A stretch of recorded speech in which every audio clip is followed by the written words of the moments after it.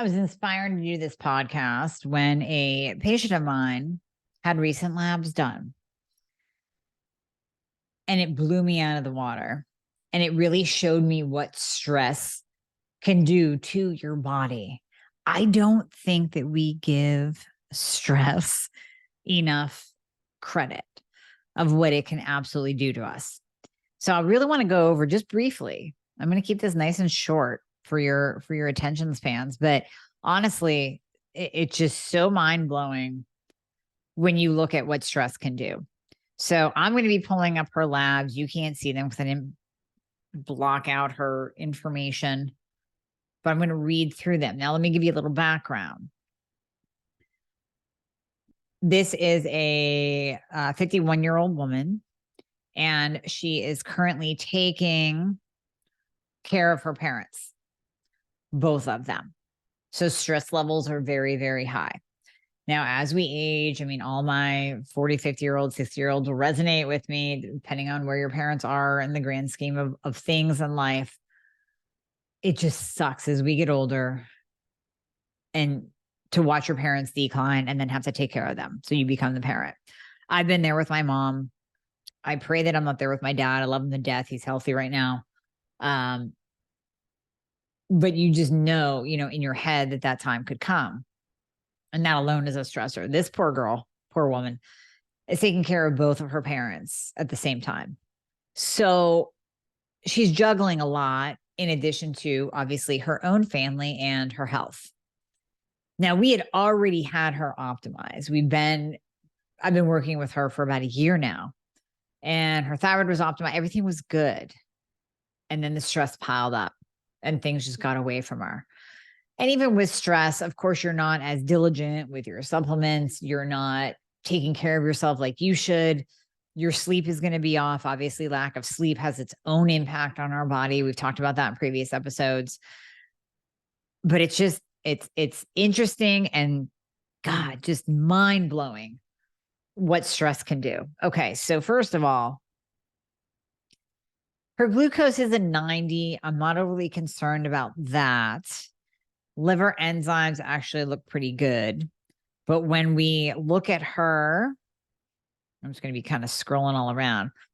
Her A1C is a 5.4. So she's starting to lose control of her insulin levels. Her insulin, however, is an 18.5.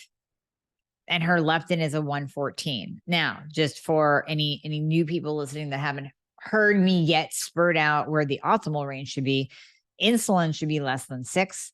A1C should be between a 4.9 and 5.2. Leptin should be below a 10. She's 114. So she's leptin resistant and highly severely insulin resistant. And this is all new. This was not like this before. This is all new. All right. So going back, I wanted to scroll through all the labs here. The other thing that we're seeing is, okay, her TSH is a 0.4, so that's still in the optimal range. Her free T4 is actually low at a 0.26. And her reverse T3 is negligible. It's less than 5. So that's flagged as low. We don't normally worry about that as much as long as the free T3 is optimal. I'm looking for that currently.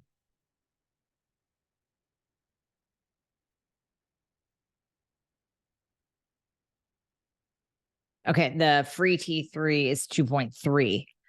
So her thyroid is starting to tank.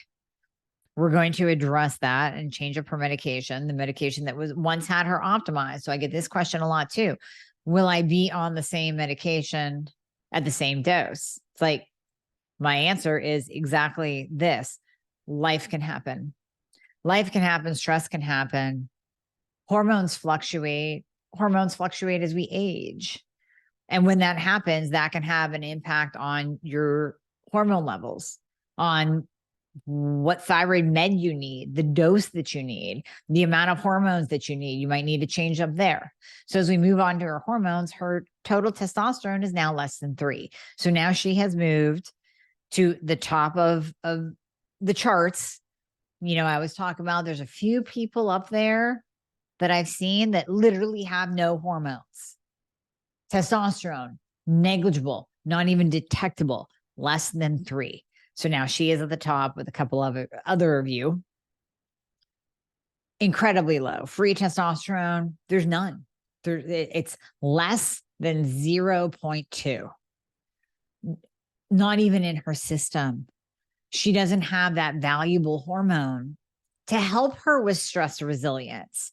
Testosterone actually shores us up and helps us. She has none of it. She has none of the get shit done hormone, and she's trying to get shit done on a daily basis with her parents. Her DHEA is a 23, which is a direct reflection of stress as well. So DHEAS, DHEA sulfate, can either be low because her adrenal glands, when you're under a lot of stress, and this is where true adrenal fatigue comes in. This isn't like the bullshit adrenal fatigue that everybody thinks they have. Oh, my adrenals are blown. I have adrenal fatigue. Do you? Did you test it? Well, no, I'm just tired. Well, you don't have adrenal fatigue if you're tired. This is adrenal fatigue. This poor woman's adrenal glands have pumped out so much cortisol in response to her acute stress and her acute and chronic stress. So she gets the acute stress every day. She gets phone calls. Can you come over? Can you do this? Can you do this? Got to take mom to a doctor appointment, take dad to a doctor appointment too. Boom, boom, boom, boom. Oh, and manage your own family. That is acute stress. The chronic is that this is ongoing with not a lot of end in sight just yet. So we have the acute and chronic stress where the adrenal glands are pumping out cortisol, which can be a direct reflection back to her insulin, leptin, and glucose and A1C. Pumping out cortisol, eventually they say enough. Like, we've been pumping out cortisol for how long now? Just going to shut down. Think about the pancreas in a type 2 diabetic. A type 2 diabetic becomes an insulin-dependent type 2 diabetic because their pancreas pumps out so much insulin in response to the food that they're eating, the high carbohydrate, high sugar foods, or a lot of stress, whatever makes someone a type 2 diabetic, being overweight, the whole thing, pumps out insulin, and eventually says, screw off, I'm done. I'm not going to pump out this insulin anymore. And now that person becomes an insulin-dependent type 2 diabetic. Very similar with cortisol. So I wanted to use that analogy. So you're like, oh, yeah, that makes sense. My uncle's a type 2 insulin-dependent diabetic. Cortisol will pump out so much, and eventually that is adrenal fatigue. So what we start to see is in the beginning stages, DHEAS will rise. In the latter stages of adrenal fatigue, it will drop. So this is where she needs some DHEA for support to give her body enough to support the adrenals. Now, where we really see it is in pregnenolone and progesterone. The adrenal glands are notorious at stealing pregnenolone and progesterone to make more cortisol because the adrenal glands can't make enough cortisol, but we need more cortisol. We need cortisol to survive. We should not demonize cortisol. We need it for survival. So the adrenal glands will pull pregnenolone and progesterone to make cortisol. Her pregnenolone is a 19. Where do we want it? Well, the range for adults is less than 151. Now, I hate it when these labs give less than ranges. Like, give me a starting point, right? Give me the bottom of the barrel.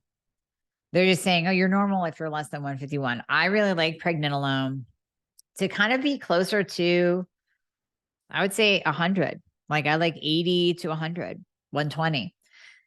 Pregnenolone is very neuroprotective. It protects your brain. It protects against the diseases of aging, those neurological diseases, dementia, Alzheimer's, Parkinson's. So if you have that in your family and your pregnenolone is low, add pregnenolone.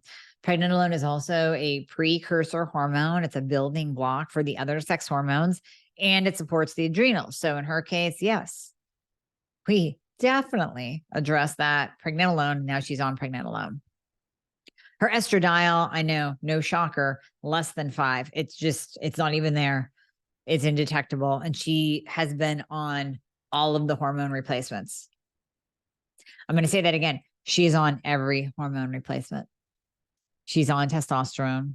She's on estradiol. She is on progesterone. What's her progesterone?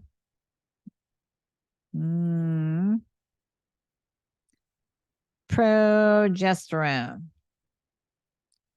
Non-existent, less than 3, less than 0.3. I'm sorry. Total estrogens are only 85. Sex hormone binding globulin is good. And our C-reactive protein isn't bad. I would expect to see the C-reactive protein elevated, but we can see her body is just crashing the hormones. It's crashing. Her thyroid is crashed. Her hormones are crashed. Her adrenals have crashed. Here's another one. Morning cortisol. Now, when we test cortisol, I like the 4-point saliva cortisol panel where we are marking and charting your cortisol pattern through the day. This is just one moment in time, but it's low. It's a 5.8. It's low. So again, going back to my adrenal fatigue, I mean, she's almost in total adrenal exhaustion. And this is the one time where I might even consider using a little bit of hydrocortisone to support her adrenals. Now, we're not going to do that right off the bat. We're going to increase her T3 because T3 will bump up cortisol. We are going to use the adrenal glandular by the Fixer. Glandulars helping to support the adrenals. Come on, adrenals. Come on, just work the right way. Let's do this. And we're going to see how that goes. And obviously address her stress, use DHEA, use pregnenolone, increase her sex hormone doses so that we can get those up because her body is just blowing through the sex hormones, just blowing through them. We're going to support with vitamin C, magnesium, because that is those two nutrients, minerals, vitamins, very much needed for adrenal support as well. Those get pulled and stolen when we are under large amounts of stress. Her ferritin is borderline low at a 37. That's not too bad. We haven't started pulling her iron stores. Obviously, we want that a little bit higher. But we're really seeing all these markers are off. All of them are off. There's not a marker in here that I would say, hey, that's really good. Or at least that didn't get hit with your stress. It's all been hit. It's all been hit with her stress. Her DHT is actually low. Now, there's a fine line with DHT. So I have a product, DHT Fixer, that blocks DHT because when we have people, I won't even say women, when we have men and women on testosterone, that testosterone can push down the 5-alpha reductase pathway where the testosterone gets converted to dihydrotestosterone. And this can cause acne and hair loss. So DHT Fixer comes in and blocks that conversion to DHT and helps to lower DHT. So we can continue to give the testosterone, you get the benefits of the testosterone without the androgenic side effects. In her case, she doesn't even have enough testosterone to convert to DHT. And by no means, both males and females, do we want DHT low, because DHT has again, it's kind of like, don't bastardize cortisol, don't bastardize insulin. We need both of those to survive. We just don't want too much or too little. Same thing with DHT. It has a very strong role in the body, similar to that of testosterone, getting shit done, libido, muscle building, all of that. So we never want to plummet DHT low. I don't ever want to see it flagged low. This is flagged low, which just tells me that she doesn't, which we know from the total and the free testosterone, not enough testosterone on board to make a difference, to even push over to DHT and give her the benefits of DHT. And in this case, they actually have an adult female range for DHT. It's 4 to 22, and she's coming in low at a 2.3. So she's actually getting flagged low with low DHT. This is what stress can do to your body, to your thyroid, to your hormones, to your labs. You can even be on thyroid hormone replacement, bioidentical hormone replacement, all the supplements in the world. And if you do not control your stress, it will beat down your body, and we can see it in your labs. And yes, you can feel it, but we see it too. Don't get to this point. Don't let yourself get to this point. You have to look at stress. You have to look at it truthfully. So if you are in that situation where you're like, I'm doing all the things, I'm taking all the things, I'm really trying, but my weight isn't coming off. I'm not sleeping well. I don't have that energy back yet. Look at your stress. We don't give it enough attention. We don't give it enough love. We don't realize the impact, detrimental impact that stress has on our bodies. When we acknowledge it, sometimes test for it, we can do things about it. We can do the implementing of, so what she's going to do is she's going to hire a helper, like an in-home nurse, to come in and help during the day. So she can take those day hours, even if it's 4, 5, 6, to focus on her, to focus on her family, to take care of herself. Little things that we can implement. Obviously, we're going to support her hormonally, supplementally. We're going to support her biologically, physically. And then she is going to incorporate in meditation, do some sauna, just to, detox the body, because detox is very important when we're under stress. And just taking that time in the sauna to meditate, to calm the mind. Yes, meditation lowers cortisol, but in her case, we need a full nurturing of those adrenals. So it's not like I'll say to somebody who's all stressed out, don't meditate, because we don't want to lower your cortisol. No, you still want to meditate, deep breathe, use little things. There's a little device called the Sensit that I've been using that you put on right on your sternum, and it activates the vagal nerve. Anything that you can do to activate the vagal nerve is very beneficial as well. Yoga, that heat intense. I mean, I talked about that before. I've talked about yoga and sauna in terms of detoxing, but stress reduction. You get in there, you start doing that deep breathing. The heat is warming your body. You cannot look at your cell phone. So it's just you and you with yourself, doing some deep stretches that are also great for your body. Doing things like blue light blocking. I should have my blue light blocking glasses because I'm all like lit up right now and it's getting later in the day. So blue light blocking glasses, improving your sleep, getting deeper quality of sleep, taking melatonin, making sure that you're getting to bed at 10 p.m. because 10 p.m. to 2 a.m. is your rest and repair time. All these little things that you can do to reduce your stress. Sometimes it does take a lifestyle change, a job change, a spousectomy, whatever it is. Don't let stress kill you, because it will. It will deplete you of all your reserves, like we're seeing with her, and it will eventually lead to chronic disease. Stress can do that. Let's catch it before it does that. Be aware. Be aware if that stress is playing a role in your lack of progress or how you feel.